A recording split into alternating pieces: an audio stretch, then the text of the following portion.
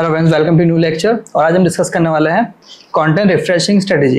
Content को कैसे refresh करना है, उसको क्यों रिफ्रेश करना है, रिफ्रेश करने की ज़रूरत क्यों पड़ती है, ये सब हम डिस्कस करेंगे इस लेक्चर में। ठीक है, तो एक टेक्निक है, वो किसके लिए काम करती है? उन लोगों के लिए काम करती है जो कोचिंग इंस्टीट्यूट चलाते हैं, जो अपना प्रोडक्ट बेचते हैं। ठीक है, मतलब ऐसी चीज़ें जो डे बाय डे चेंज होती है, डे बाय डे पुरानी होती जाती है। ठीक है, ऐसे लोगों के लिए रिफ्रेश स्ट्रेटजी काम करती है, राइट। तो अब अपडेट करने की ज़रूरत क्यों पड़ती है, वो कंटेंट आउटडेट क्यों हो जाता है? मोस्ट इंपॉर्टेंट थिंग वो इसलिए क्योंकि जब कुछ कीवर्ड्स काम करना बंद कर देते हैं या फिर किसी की सर्चिंग कम हो जाती है। ठीक है, जैसे कि बीच में ये जो कीवर्ड था ये काफ़ी चला था, है ना। अब इसकी जो स्ट्रेटजी वो कम हो गई, जो सर्चिंग है वो कम हो गई, है ना। अब जिस तरह की स्ट्रेटजीज पे वर्क होती थी इस कीवर्ड पे, वो बंद हो गई। तो मतलब इसका जो कंटेंट डाला हुआ था वो कोई काम का नहीं है। इसके जगह पे अगर कुछ और आता, टीकाकरण आ जाता, मतलब उसके जो भी साइड इफेक्ट्स आते, या फिर कोविड-19 इज़ कमिंग सून, या फिर ऐसा कंटेंट मतलब कि फिर से आ रहा है ना, ये चीज़ें वापस से आ रही है, नया कंटेंट अपडेट हो जाता है उसके अंदर, तो वो काम का हो जाता। मतलब ये जो कीवर्ड्स है वो फेल हो गया, तो अब इसी से रिलेटेड कुछ नया कंटेंट अपडेट करो तब वो वापस से चलने लग जाएगा। मतलब ऐसा होता है।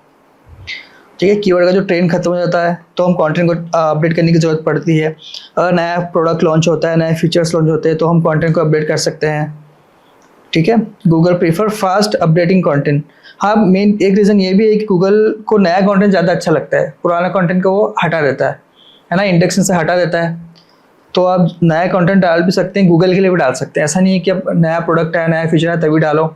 अगर आपने मतलब मान लो 6 महीने का कंटेंट आपका पुराना हो गया, फिर भी अगर आपका मान लो गूगल के फर्स्ट पेज पे है, 9 नंबर पे, 7 नंबर पे है, तो उसको अपडेट करके आप ऊपर लाने की कोशिश कर सकते हैं। ठीक है, और जो आपके कॉम्पिटिटर है वो तो खैर नया कंटेंट डालेंगे, तो उनको पीछे करने के लिए भी आप ये चीज़ कर सकते हो। तो बहुत सारे रीज़न हो सकते हैं। गूगल फ्रेशनेस फैक्टर काफ़ी इंपॉर्टेंट है, स्पेशली किन लोगों के लिए?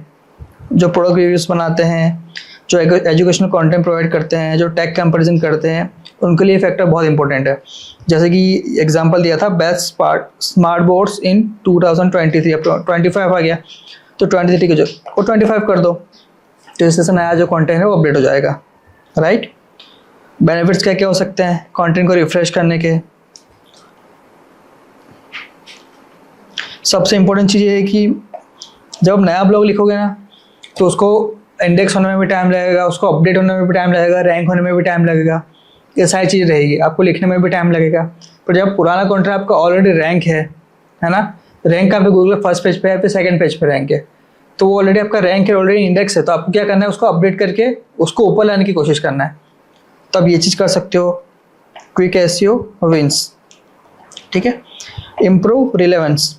इसका क्या मतलब है कि जब पुराना कंटेंट आपका जो रहेगा उसमें आप नया डेटा डालोगे, नया एग्जाम्पल डालोगे, नया डेटा डालोगे, नया प्रोडक्ट उसके अंदर अपडेट करोगे, तो ऑटोमेटिक आपका जो रिलेवेंस है वो इंक्रीज़ होगा आपके कंटेंट के लिए। टाइम बचेगा, सबसे इंपॉर्टेंट चीज़ टाइम भी बचेगा, और इंगेजमेंट भी हाई होगा कि उसके अंदर आप नया कंटेंट अच्छा डालते हो। तो कुछ एग्जाम्पल है जिसको हम मतलब कंसिडर कर सकते हैं कंटेंट को अपडेट करने के लिए।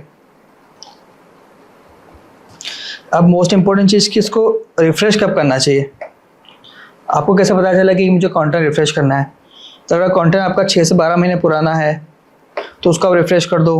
अगर आपका ट्रैफिक कम हो रहा है ब्लॉग पे, वेबसाइट पे, तो कंटेंट को अपडेट कर दो। चेक कैसे करना है? गूगल सर्च कंसोल और गूगल एनालिटिक्स से चेक करना है। और आपका जो प्रोडक्ट है पुराना है, आउटडेट हो गया है, उसकी स्पेसिफिकेशन पुरानी हो गई है, जैसे कि एंड्रॉयड 13 है और वो 14 आ गया है ना, 15 भी आ गया अब तो 15 के लिए आप क्या उसको चेंज कर सकते हो। ठीक है, कंप्यूटर के आर्टिकल्स देख लो आप, अगर उनके आर्टिकल ज़्यादा रैंक कर रहे हैं तो आपके आर्टिकल को अपडेट करो रैंकिंग बढ़ाने के लिए, ऐसा भी कर सकते हैं। ठीक है, तो कुछ रीज़न है जिसकी वजह से आपको कंटेंट को अपडेट करना चाहिए, और ये हर किसी के लिए वर्क करता है, तो आपको यूज़ करना ही है इसको। ओके, अब रिफ्रेश कैसे करना है वो देखते हैं स्टेप बाय स्टेप। सबसे पहले तो क्या करना है, आइडेंटिफाई द पेज को ढूंढना है कि किसको अपडेट करना है। कैसे करना है? गूगल सर्च कंसोल और गूगल एनालिटिक्स दोनों में से किसी को भी आप यूज़ कर सकते हो। ऐसे पेज को फाइंड करो जिसका जो ट्रैफिक है वो डिक्लाइन हो रहा है, कम हो रहा है। ठीक है, focus on top performing blogs और मैक्सिमम आरओआई। क्या करना है?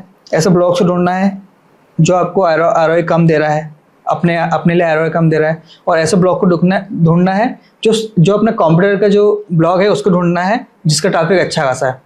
तो उसको देख के भी आप अपना कंटेंट को अपडेट कर सकते हैं। देखना है, ऐसे आइडिया लेना है, कॉपी नहीं करना है।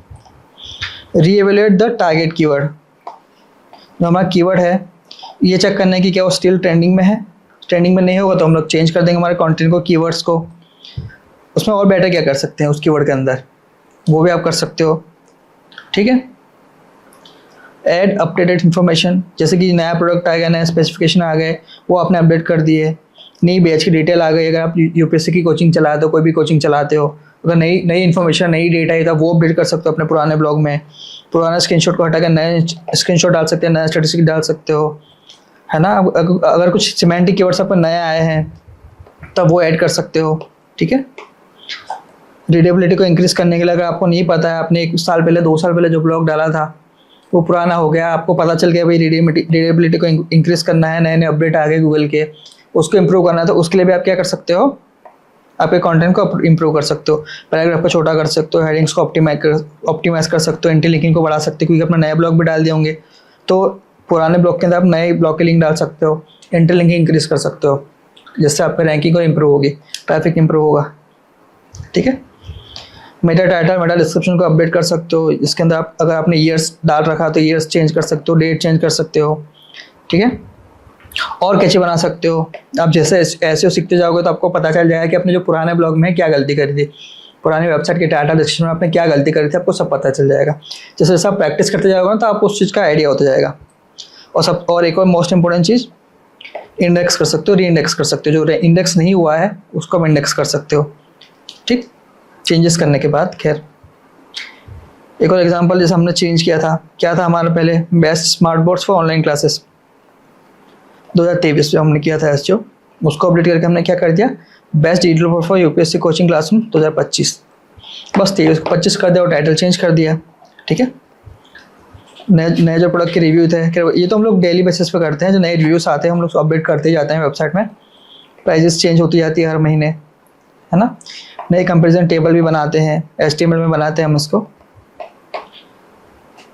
और जो स्टूडेंट का स्टूडेंट एक्चुअली यहाँ पे स्टूडेंट नहीं, वो हमारे लिए क्लाइंट होते हैं, तो क्लाइंट्स के जो टेस्टिमोनियल्स है वो भी हम लोग डे बाय डे वेबसाइट पे अपडेट करते रहते हैं, जिसको हम बोलते हैं फ्लायर्स।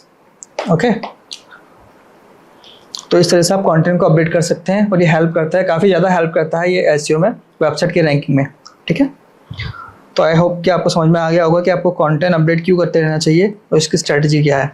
राइट। मिलते हैं नेक्स्ट लेक्चर में। Thank you very much.